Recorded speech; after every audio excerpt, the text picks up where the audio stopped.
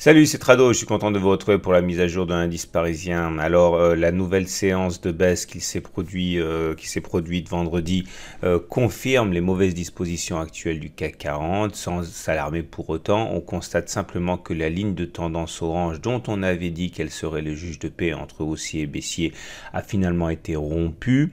Alors, je vous rappelle en particulier si vous débutez l'analyse technique et le trading que lorsque l'on casse une ligne de tendance haussière, cela ne veut pas dire qu'il y a une tendance baissière qui se met en place, mais qu'il y a probablement statistiquement une tendance neutre qui se met en place. C'est une période de latéralisation, de dérive latérale comme ça. Il n'est pas impossible que la baisse succède directement à la hausse, mais c'est pas ce qui se passe statistiquement. Ok, donc préparez-vous effectivement à une sorte de dérive suite à laquelle eh bien, on pourrait avoir soit une reprise de la hausse, soit une baisse, mais pour l'instant il est trop tôt au regard des éléments actuels et simplement à l'aide de cette ligne de tendance orange brisée de se mettre en position bearish, hein, comme on dit, c'est-à-dire de spéculation à la baisse. Hein.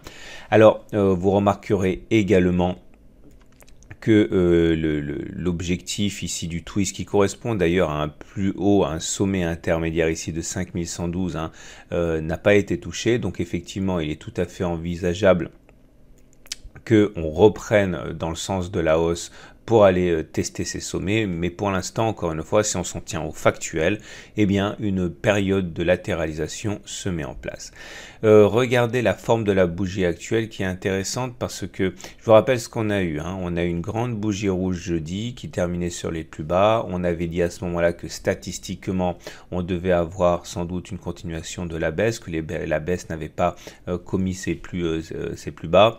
Voilà, c'est le sens de la bougie de vendredi qui montre effectivement que des plus bas ont été réalisés, mais la clôture qui se fait globalement entre le tiers baissier et le tiers neutre n'est pas une bougie de hausse, hein, donc c'est pas une bougie favorable, donc on peut tout à fait aller plus bas que sur la bougie du jour.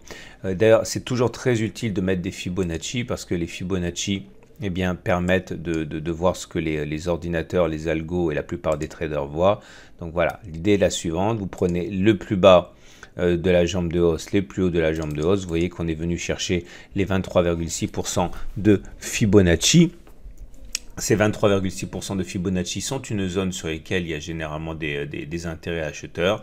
Si on devait clôturer en dessous des 23,6% de Fibonacci, statistiquement, on devrait aller chercher 38,2% de Fibonacci à 4880, ce qui ne serait pas non plus une baisse incroyable. Hein. Très souvent, on retrace entre 38 et 50% d'un mouvement avant d'éventuellement repartir vers le haut.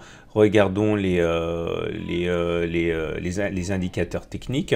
Première des choses à remarquer au niveau des indicateurs techniques, c'est qu'on avait dit dans la vidéo de jeudi que la cassure du SAR, ici, vous voyez que les points verts qui sont devenus rouges, activait une de mes statistiques préférées qui est que lorsque l'on casse le SAR, généralement, on va plus bas que sur les plus bas du jour de cassure du SAR. Clairement, les plus bas étaient ici à 4986 et vous voyez que à partir de là, jouer un rebond à partir de jeudi était dangereux parce que on savait que statistiquement on devait aller plus bas. C'est sur cette ici.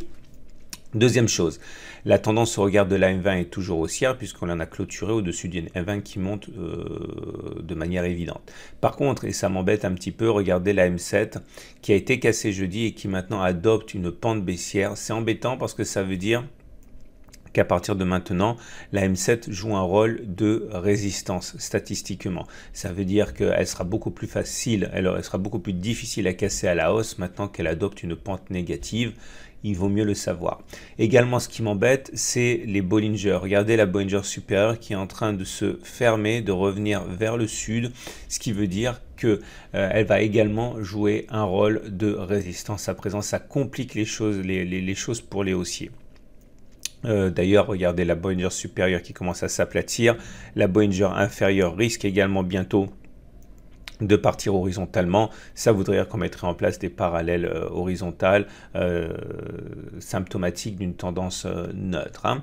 Mais pour l'instant, encore une fois, sans faire trop de projections, la tendance n'est pas baissière puisqu'on est au-dessus de la M20 qui monte et les Bollinger ne sont pas du tout descendantes. Hein.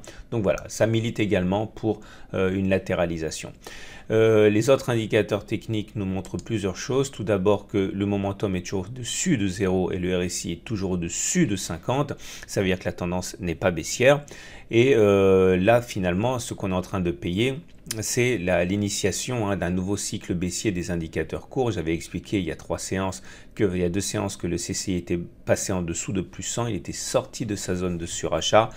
Et à partir de là, le but du jeu, ça va être que les indicateurs momentum, RSI et MACD restent positifs, restent haussiers lorsque le cycle de baisse des indicateurs nerveux sera achevé. Alors voilà, maintenant l'espoir pour les baissiers, c'est que lorsque le cycle de baisse des indicateurs courts CCI, MACD 0 s'achève, le momentum et le RSI soient devenus négatifs. Dans ce cas, effectivement, ça changerait la donne. Mais pour l'instant, pour faire simple et pour caricaturer, on est toujours en ligne pour une baisse qui donnerait des opportunités d'achat dans le sens de la hausse que